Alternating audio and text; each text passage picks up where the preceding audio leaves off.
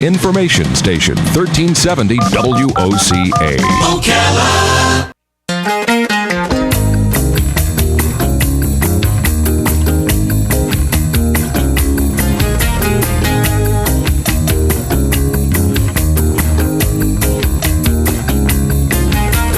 Diamonds in the sunset, now your time has come. All right, 25 minutes before 10 o'clock. Thank you for tuning in this Monday morning. 1 week ago, we were celebrating Memorial Day. We were remembering those who were not fortunate enough to come back from war. And, you know, and I know that those of you who are hardcore about Memorial Day being about those who were killed in combat don't like when we throw into the mix the veterans who did survive. But, you know, to me, it was just, you know, the luck of the draw that some returned and some didn't. And so they all, I think, deserve our acknowledgement and our recognition. And I know there's Veterans Day for that part, too. But we were having this discussion last week. And, in fact, our next guest was scheduled for last week, and he's on the phone right now. We're so happy. Cym Lowell is joining us. He has written a book called Jasper's War. If I can just read a little bit of an article that was sent to me. This, I don't know what newspaper this was in, but this is what it says. It says, one man is on a literary crusade to make sure our veterans have the quality of life they deserve. Cym Lowell, the author of Jasper's War, teamed up with the Soldiers Angels program to give out free voice-controlled laptops. It's all part of his initiative called Operation Next Chapter. The laptops allow veterans who may have lost limbs or suffered blindness while serving overseas to use voice commands to reconnect with the internet. Lowell, who is an author, tax attorney, and Vietnam veteran, says this is the least he can do to give back to our war heroes, he being one of them. Let's see, what did I leave out? He's an advisor to multinational corporations and governments and political organizations. This guy's got an interesting story in addition to the thriller mystery novel called Jasper's War. Yes. Cym Lowell, it's an honor to be able to say that you're on our show. Good morning, Cym. Hey, Larry, thank you for having me, and I apologize for last week. It was my incompetence. Oh, where are you right now? Don't worry about that. Where are you? Well, I live at Rosemary Beach, Florida, just a few hundred miles to the northwest from you. Oh, okay. Wow, that sounds nice. Rosemary Beach. Sounds pretty. I wonder what the children think of that one. They when you say Cocoa Beach, they always think it's a beach filled with cocoa. Yeah. Well, fortunately, I think that the children of today are too young to remember Rosemary's Baby to equate. Yeah. Thank goodness, right? So you're doing a lot of good things. Tell me about your life as an author. How long have you been writing? Oh, I've been writing novels for about 20 years, something like that. It started when my oldest daughter was studying at Oxford, and she had to do a tutorial and write a novel.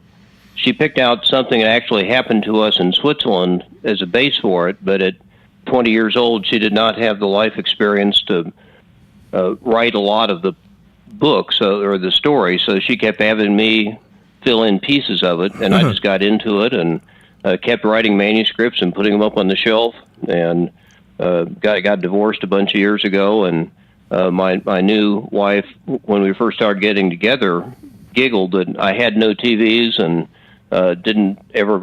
rarely ever went to movies, but every time I sat down, I was scribbling on something, and she thought I was working on law stuff, and I said, no, I love to write these stories.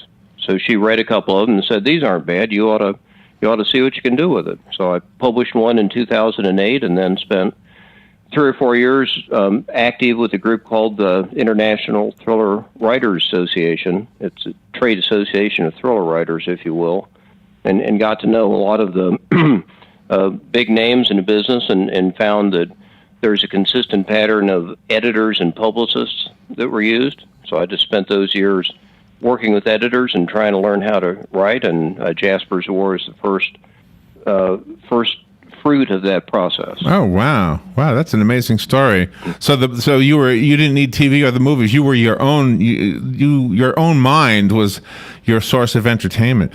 Did you write military type stories before, or did you stay away from that as a Vietnam vet? Well, yeah, I've never written military stories, although Excuse me, but I certainly draw from my Vietnam experience for characters and backgrounds. And for example, in Jasper's War, Jasper is a rich socialite living in Greenwich, Connecticut. Her husband's Secretary of the U.S. Treasury, and he was a wealthy Wall Street guy before that. He's coming home to tell her a fraud he's discovered in a government program, and FBI comes to tell her in the middle of a party that her husband's plane crashed into the Arctic Ocean. Then her children are kidnapped, and she gets a text on his cell phone, and remember, he's supposed to be dead at the bottom of the Arctic Ocean, that says, if you breathe a word of what your husband is coming home to tell you, your children will become, let's say, shark stuff like your husband is now. So Jasper has to decide, do I become a warrior, or do I just sit by and let my children be killed? So she decides to become a warrior, and her priest connects her. It's part of the story, of course. Connects her with the kind of guy that I met in Vietnam many times. It is a Aborigine half-breed, and at the time, the Australian government would take half-breed children and put the girls in convents and take the boys and make warriors out of them. And in Vietnam time, we needed those very small people to go down into tunnels, for example. And I always wondered what becomes of these young men when they mature and they're no longer killers. They're taken away from their mother at birth. They're trained to kill with no other world. What happens to them when they become old? So Jasper ends up being connected up with such a character. His name is Nulandi in the story, and in native language that means optimistic, happy person. So he's on his crusade to try to become a human being, as she's on a crusade to have to become a warrior and learn how to do whatever it takes to get her children home alive. Oh, wow. You got us wanting to read the book already. Please. Yeah. Read it and review it. It's called Jasper's War. And wow, I couldn't have asked for a better movie trailer version than what you just gave right there. So my goodness, I don't want to spoil any of the storyline in there, though. So I won't spoil it. Don't worry. Yeah, well, that's what I'm hoping. Tell me a little bit about Soldiers Angels program. What is that, and how does the book help with that, or does it? Well, no, the book helps with that. All the proceeds of the book or movies or whatever go into what we formed. My publicist, my partner, writing partner, and I formed, publishing partner, and I formed, called Operation Next Chapter. And it's connected to Soldiers Angels, which is a group of about 20,000 volunteers based in San Antonio, Texas. There's only 4 or 5 paid staff. The rest are all volunteers around the world. And I learned of one of their programs. They call it Valor IT, which is a program to provide, as you said, Larry, voice-activated computers for veterans who lost the use of their hands, either because the hands are shot off, burned off, or for many of these heroes, it's brain injuries where their brain just does not communicate with their fingers. So if Larry or Robin is a hero coming home, the Department of Defense does the testing to see what you need and then designs the software, but the hardware has to be provided from private sources. And when I looked into this, I found that there's about 200 people on a waiting list, some 3 or 4 years in duration, and it was just horrifying to me to think of a hero who comes home, and if you can't, in today's world, if you can't communicate via the internet or with a computer, you're really isolated. Yeah, yeah. Process. I've met a couple of people who've had the computers and then completed their college and gotten onto a life. So I just decided I hope Jasper's War is very successful, but all of the proceeds, every penny, goes into this program, and so far we've awarded 10 computers out of that backlog of 200. Oh, wow. And my dream is to liquidate the 200 and provide a reserve so that when more heroes come home, the computers can be provided as soon as they're ready. Oh, that is awesome. Now, can I ask a writing question? Kind of go back and forth between that and then the book. Please. Jasper, in writing a female character, how did you manage to make it accurate? I mean, as men, can we really write what a woman would be thinking and doing? And did you get some feedback from your lady? Well, that's a great question. I've done a fair amount of work now with women's book clubs and making presentations where the question is female protagonists in thrillers, because there are not very many, it turns out. In the case of this story, as it evolved, I just decided that Jasper's war is, I mean, the path that she's on is such a compelling emotion, such an emotional process that it needs to be told in the first person. And in the process of writing it and working with editors, I discovered that most thrillers don't really explore emotions. They're just thrilling, like action movies. Right. But that emotion is important to me. So I just imagined Jasper, how I would feel, and tried to put it into context. And I'm lucky enough that my mother was a library science professor and worked with lots of different people, and she always thought that her sons would become famous writers. So I sort of grew up writing little stories and listening to her. And of course, this was back in the 1950s, and she lived through all the discrimination of female professors. She's Indiana University, so it's a fine university, but reality back then was different. So maybe through all that process and two daughters, I got a little bit. And yeah, probably. I'm sure you have a good way, good resources for the insight. One of the criticisms that male authors often get from female critics is that we men will always make women in books mostly talking about relationships. You haven't done that. You've taken the protagonist and made her. I think the female critics would love Jasper. Is guess what I'm getting at there. Well, I mean, it's sort of like that character Nulandi. I mean, I served with some women in Vietnam, Korean Marines, for example, and I also wondered, is there any difference in what goes through a male's head and a female's head? I think the answer is I don't think so, but I just find it to be a whole lot more interesting to tell these kind of stories or write these kind of stories in a first person and try to take the person who has the most emotional involvement possible to tell the story. Well, you really do that quite well in that one scene where she's just used her physicalness just to overpower the one character, and she was pulling out the hair, screaming, "Where are my children?" I mean, very, very emotional writing there.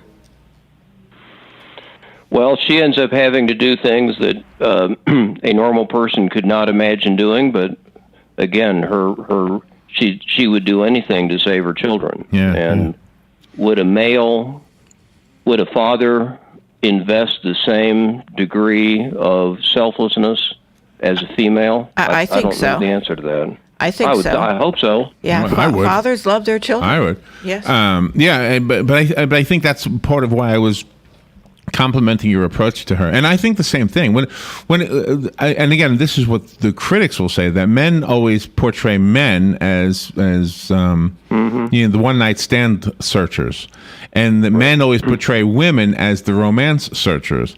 And in both cases, it's not multidimensional enough. We as human beings are very much more multidimensional than that.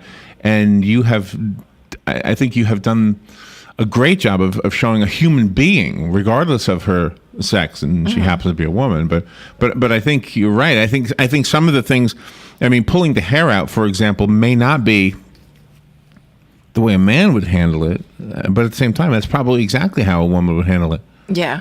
Mm-hmm. Yeah, it makes sense to me. Well, and the two main characters in this story are Jasper and Nulandi, and Jasper is on a warpath to recover her children, and she needs Nulandi.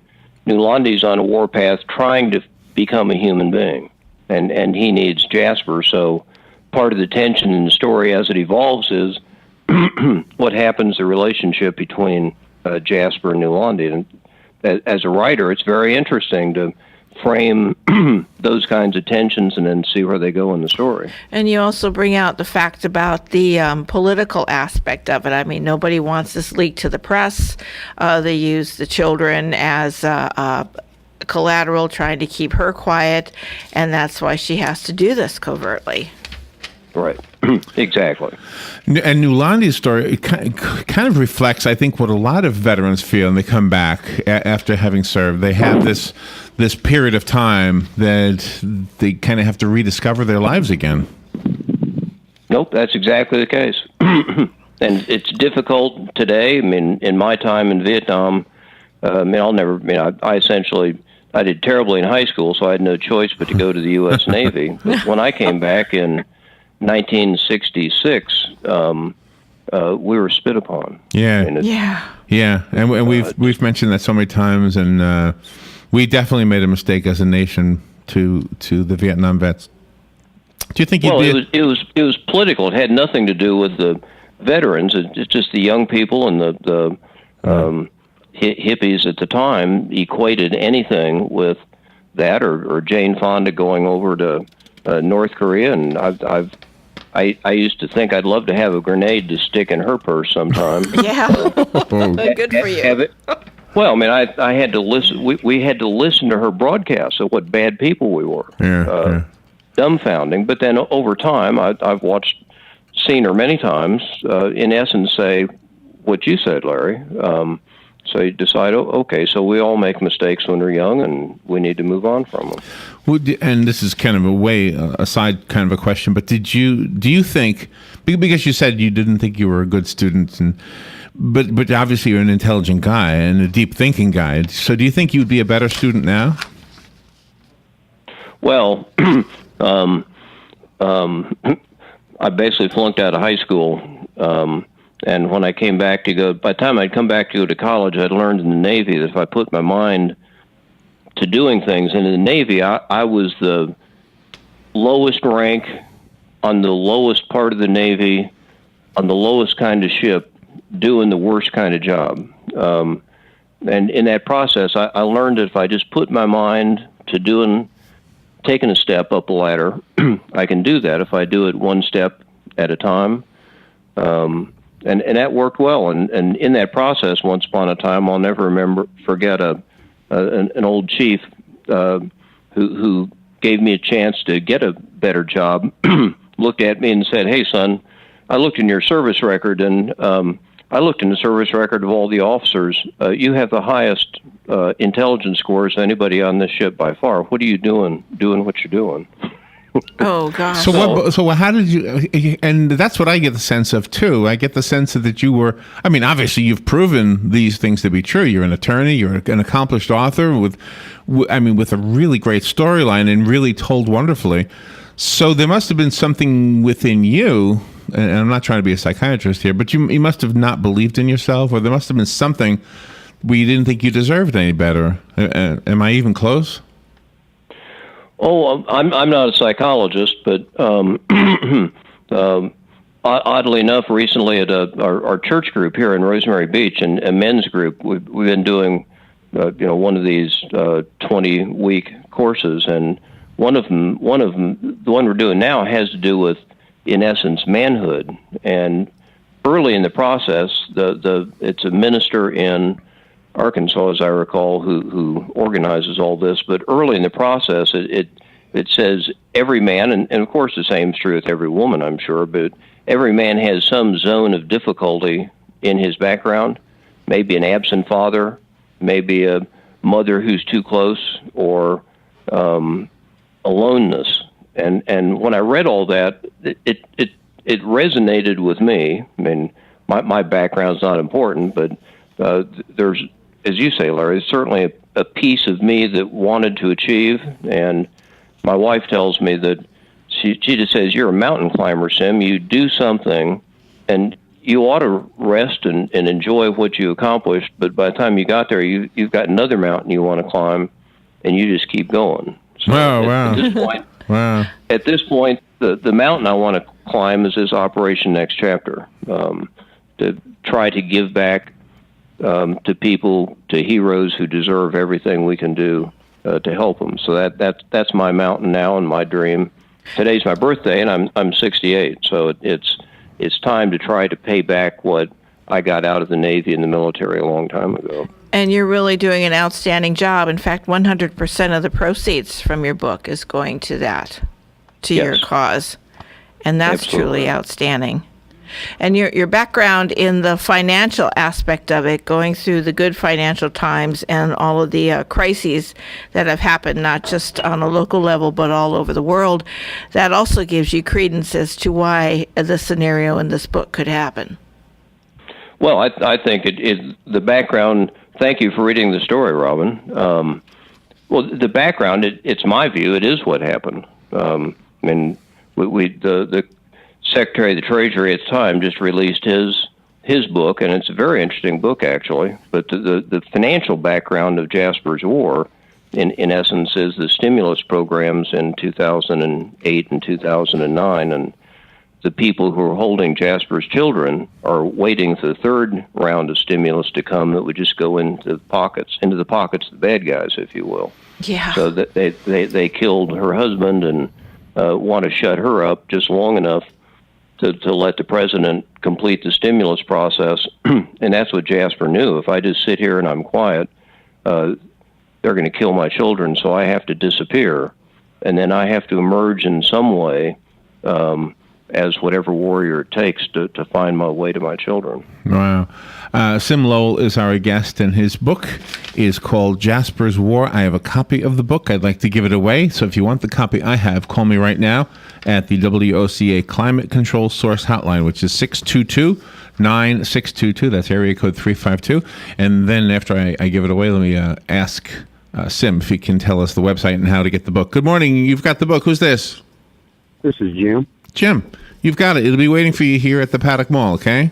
Thank you very much. Thank you. Very intriguing story. Sure is. Sure is. And a good cause, by the way. Yes. Congratulations to Jim. Very good cause, yes. Thank you. Thank you, Jim, and I hope you write a nice review and put it in Amazon. Thank you very much, sir. There you go. There you go. It'll be waiting for you.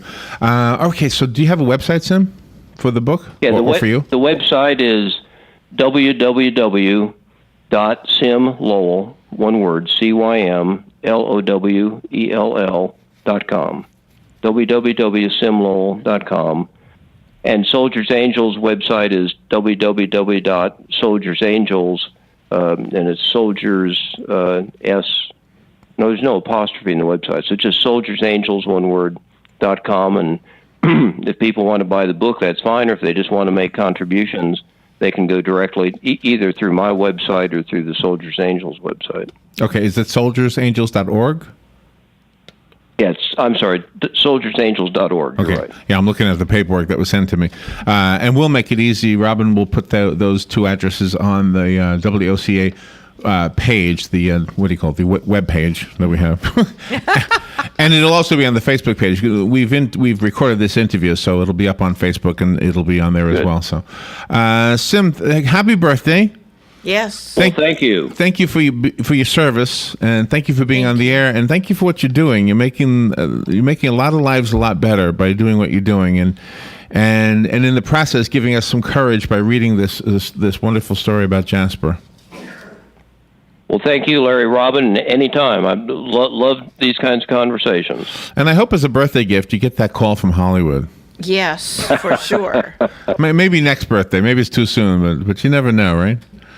Well, the publicist had me take my whack at what a movie script would look like. I mean, just in terms of 1 page per minute. So that's fun to do. Oh, you're doing the screenplay.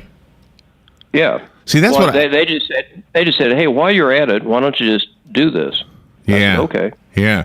Well, I've always thought that. I've always thought that the author should write the screenplay so that it stays true to the book. Yeah. Well, Larry, why don't you raise the money and start that movie? I can't. And we can liquidate all these computers. When I see a movie and I already am familiar with the book, and the first thing it says on the screen is screenplay by some other name, I think, oh, come on now. Yeah. You're not giving credit to the author. The author's name should be first. Based on a book written by, And then it should say screenplay by if it's somebody else. Exactly. I mean, don't you think that Robin would make a wonderful Jasper? Oh yes. No. Yes, I can picture her pulling somebody's hair out. Yeah. Yeah, I'll be the stand-in for that scene. Fun interview, Cym. Thank you so much for being on the air with us today. Thank you very much, Larry and Robin. Really good interview. All right, we'll take a little break. We'll be right back.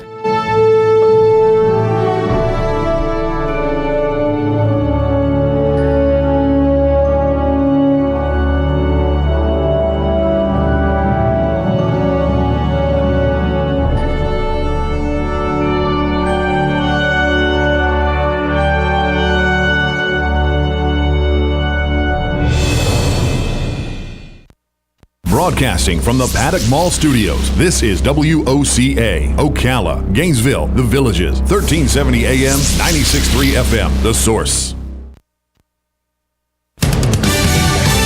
Fox News Radio, I'm